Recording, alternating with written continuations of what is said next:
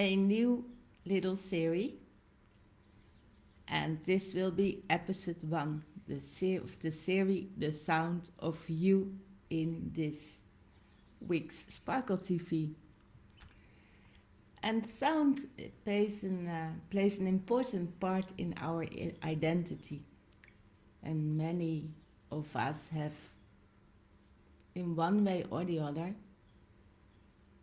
restricted our voice or lost the real connection with our natural voice. And that not only allows us to be less expressive or have a smaller range of colors in our voice, it also has effect on the way we feel in our body, the way we move, the way we breathe. This voice needs us to breathe. And so when we want to repress the voice, we need to repress quite some body parts. Of course, the mouth, the tongue, and the whole connection from tongue to the trachea, to the diaphragm, which is what we need for breathing. And then the voice needs our spine to be aligned and to be open like a channel for sound. And so when we want to repress our voice, we probably start to use more tension in the belly, in the chest, and the spine cannot align properly with all other effects on our way of moving and way of sitting, standing, lying. So I thought it would be nice to do something with the voice, just a first approximation for snippets, amuses. And today I like to start with a some more creative exploration of the voice, a sort of self-portrait through the eyes of the voice. And for this you will need 4 pieces of paper and crayons or any other drawing or / writing materials. And we will start in 2 minutes, so you have some time to get what you need. So you can go and get it now. Meanwhile, I talk a little bit. So the first moment we learn to use our voice is at the moment we're born. Immediately as a baby, we learn that voice is related directly to communication and survival, and that communication means survival. So from the moment we're born, we learn from this powerful place in the belly to use that voice to make sound so that we are heard, so that our caregivers or parents know she's hungry, she needs to eat, or she needs something else now to feel good, to feel well in her little body. And for a while that's really, really good, and we feel safe. And then comes a moment when we are a little bit more grown up. We are like little ones now. Maybe we just learned walking, and we learned that we like cookies or we like other things, and that we want it, and that we can use our voice. And then our caregivers say, yes, she wants that. But our caregivers or parents don't like that so much anymore when we start wailing. Wah! And so they tell us to use a different tone, or we won't get what we want. Or maybe talk softer, or don't be so angry or sad or whatever we can be. They don't want to hear that anymore in our voice. And we start repressing to still get what we want. Because communication is survival. And so we adapt, and we adapt our voice to be less spontaneous. We start to control it more, and we need the muscles in the body to do that. So in a way that's good. When we would be wailing and crying and shouting all our lives, that wouldn't be maybe the perfect thing, nor for us and nor for others. On the other hand, we need the emotions to shine through our voice, to feel alive, to feel that the body also is part of us. If we got the voice, we got a bit of the connection of mind-body, and we stop sensing a lot in our body. So in this little, the word little again, In this small exploration, we will look at what our voice is like, the self-portrait, the self-image we have of our voice, how we would like our voice to be, and what's in the way to have the voice that we so much desire. And then we will bring this together and write a little journaling. So I like to start with you sitting, or I think sitting is best when you want to start drawing. You can sit on the ground or on a chair. I want you to take a moment to go inside and connect with your inner one, your inner self. So start by feeling your feet in the ground and just feel the weight of your feet and the weight of where you sit on. How is your pelvic floor resting?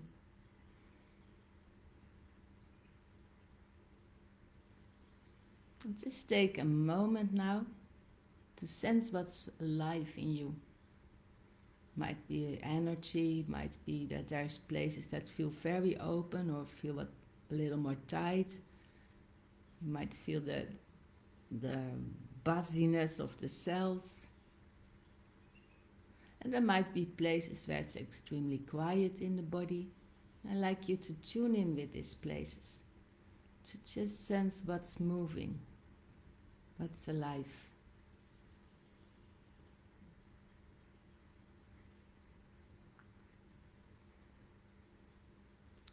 You might feel how all these inner things that are alive in you bring you in a certain kind of posture, a way you hold yourself now on your chair. You might feel that you shorten one side maybe a little bit more than the other side, or that your head is a little forward, or that your back is a bit more rounded or arched. So what is alive for you? How is your body today? How is it sitting and how is it supporting you? And I'm very much inspired by the work of Christine Linklater. And she was a voice healer, a voice worker, and an actress. And she also had this huge Shakespeare theater in London. And she did a lot of creativity. Good morning, Iman. Creativity with the voice. And learned actors to look in a different way at their voices, to look to a more sensible way rather than a scientific way. And I really love what she did. It helps me. I'm working with it now for a year to bring more aliveness in my voice, to help myself to relax more in my chest. And it helped. So let's bring your attention now to the neck, the inside of the neck, the throat area, where the vocal cords are located. And there really in the place where the chin goes in the throat, there's this little bone, the hyoid bone. It's the tongue bone. This is where your tongue attaches, and from there it will attach to the trachea and go into the diaphragm. And the breathing helps the voice to sound.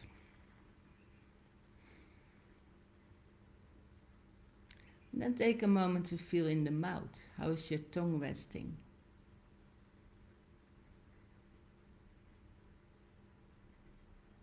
What's the space like in your mouth?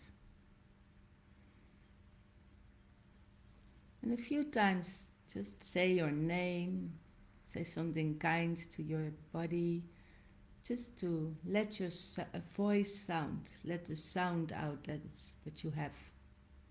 And just listen to it. And already sense how you are listening to the sound.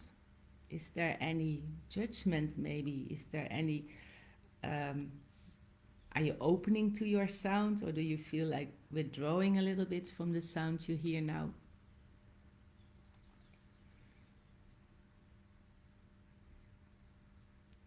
And for many people, when they don't have words, then sound can feel a bit awkward. I just have the opposite. I have something with words. As soon as I have to speak words, I dive. I withdraw.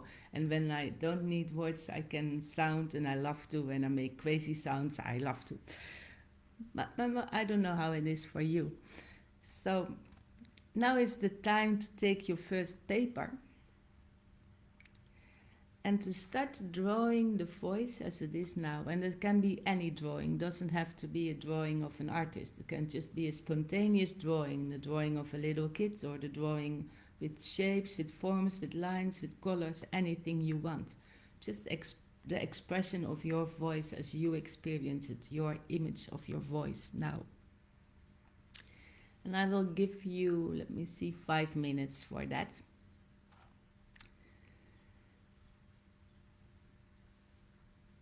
And then I will talk a little bit so that maybe people that tune in are still noticing that something happens here. You can draw now and don't listen to me. I will let you know when we continue. I just share some ideas about sound and voice. And one thing that when I was in my Feldenkrais training, all Feldenkrais trainings have many trainers from all sorts of leagues of life. So in my training there was someone that was very scientific and really into biodynamics, and my other trainer was an actor, and she worked a lot with the Linklater method, and she was very enthusiastic about working with the sound with us and with the voice. So we did these crazy things in our training. And then also there would be trainers that were invited that were dancers. So we got like all these different inputs from how people experience functionality in the body and the way the body organizes itself, the body's way. So the person that was Arlene Jones is her name. She was an actress. She did a lot with voicing, and she brought me first to this book of Kristen Linklater. And I remember how uncomfortable I felt this first time working with voice. I was so much shame and uncertainty to hear my voice. And all we did was humming and making sounds. We didn't have to use eloquent words or something. And that got me thinking, what is happening here? Why is it that I'm so afraid of my voice, and I make myself smaller to not let my voice sound with volume, with air, with my whole body? And Kristen Linklater would say, I don't want to hear your voice, I want to hear you when you talk. And that was exactly what I withdraw from my voice. And that's what I'm learning the last 10 years, to bring in more of me in my voice. And sometimes that goes better than other times. Going live, for example, I told the person that I work with to help me with getting marketing on the line, no, live, that's not me. I'm not going to be live on Facebook and talk live. If I say something stupid, I cannot erase it anymore. I'm live now, I'm doing it. So many things change when we start to open our voice, when we start to look at the beliefs we have around our voice. It's really about creating more spontaneity, ease and freedom for yourself. Has a big effect. Let me see, how many minutes are you on the way? I think you have 3 more minutes. And this is the first approximation. When I work in a course with the voice and sound, we take much more time for this. It's an important part. This is your GPS coordinates. So knowing where you are makes it easier to go to your preferred destination.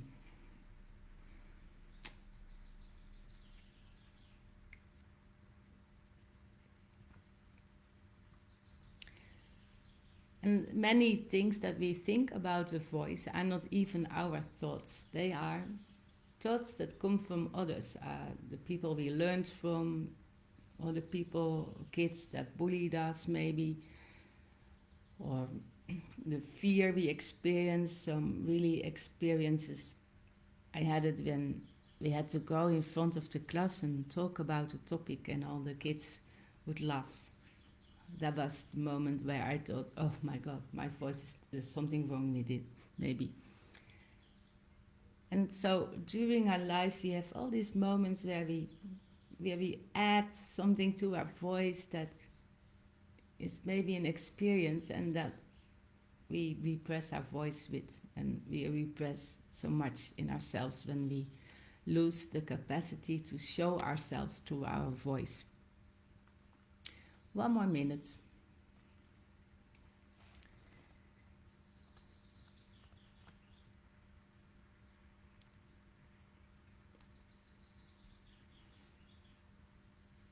So I look a little bit at the clock.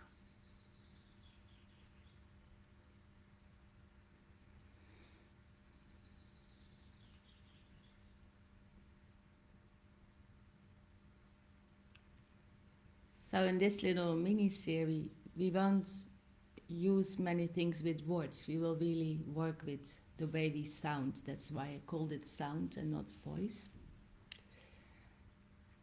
As in using the sound, we start opening the body. Let's end this drawing.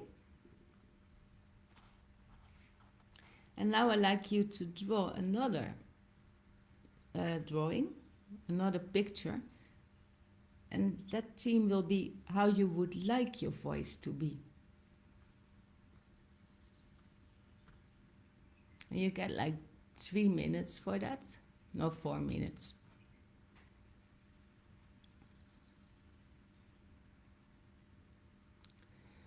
And then the sound is free.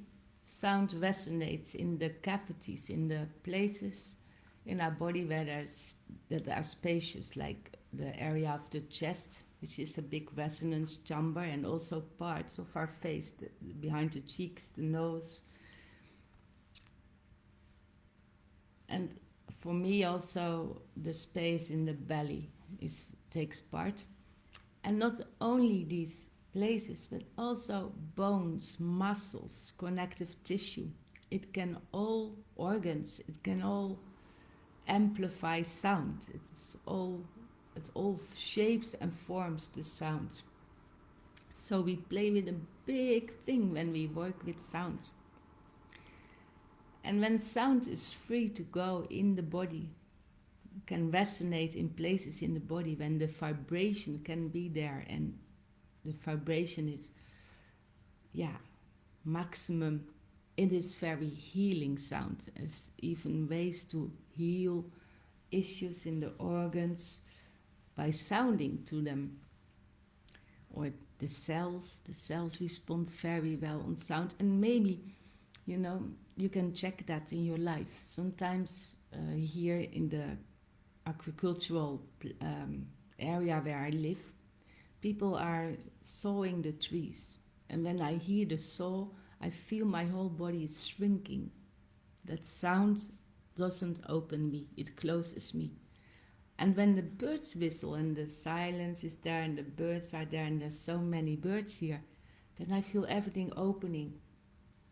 So sound has the capacity to open or close, and in that aspect is a healing force for us. I think we have 2 more minutes. 2 more minutes.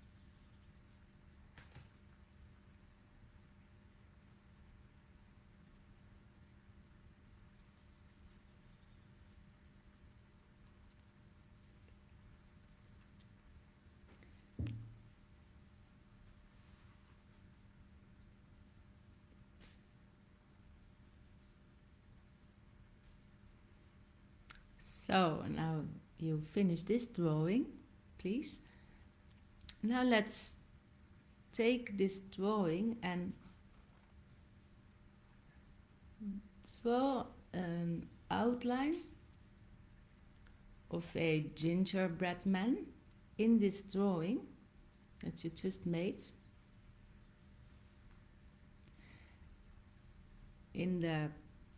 Imagine it to be your body, and you can color it and use all sorts of things, lines, arching, well, everything you want. You can even draw little things in it, but whatever you see as the reasons why you cannot have the voice you want, you will draw in this ginger man.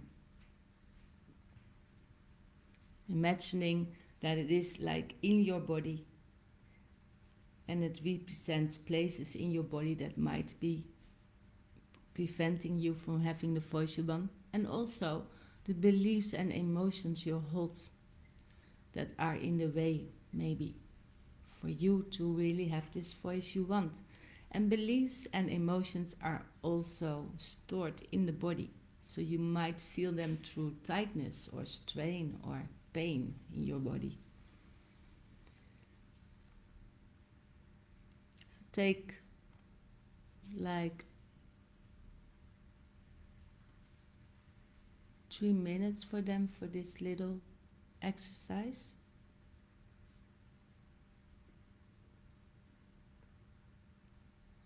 So maybe it's not all of them, but the most important ones that for now are in the way.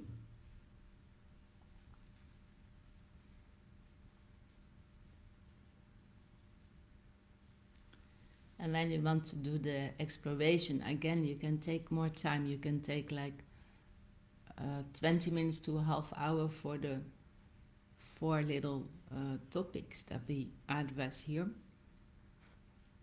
The voice as it is, the voice you want to have, that what is in the way, and the last one that we will address. So you can have like 5 minutes for each, or maybe 10 minutes if you need. I really took a lot of time for it when I made this, when I did this little exploration, and I repeated many times. First time I think I took an hour.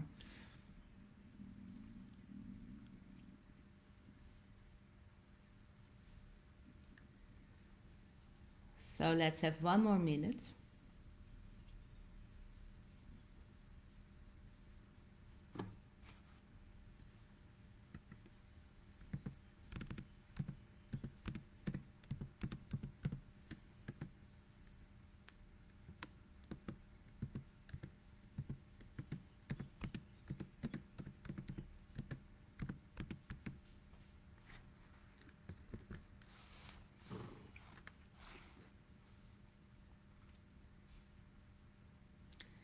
And now let's put this aside for a moment, and we will come back to this at the end of this week. And now I'd like you to look at the pictures and look sense in that way, and make a list of words that come out of this picture for you, that you feel this picture is telling you. And that may be words that come from emotion, from sensing, may come from your mental mind, from the language of form. It can also be words that have shapes or colors, or texture. Feelings can also be. It can come from everything. And what I would love is the words to come out from the whole of you, your body and mind. So often we think about the things only. What does the body tell you? What does it give you back? And the body has also a mind. You could say our unconscious mind is as big as it involves the body, our energy body. So when we allow the body to bring up things, we're talking with our unconscious mind. We can feel that what is under the surface.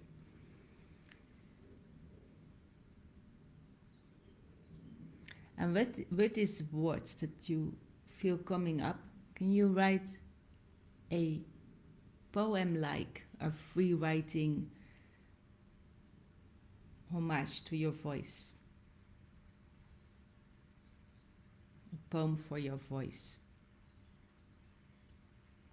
With this poem we will play in the upcoming explorations. And you can also look at it later at a more quiet moment when you have time to sit for it. Now you have this exploration, so you can look into the parts that you feel need more of your attention. And with this poem, I hope that tomorrow we can do something as we start to do more physical explorations, Feldenkrais-like explorations. So, I see that I'm a bit over time, so I will stop the live video now, and thank you for joining. Bye bye.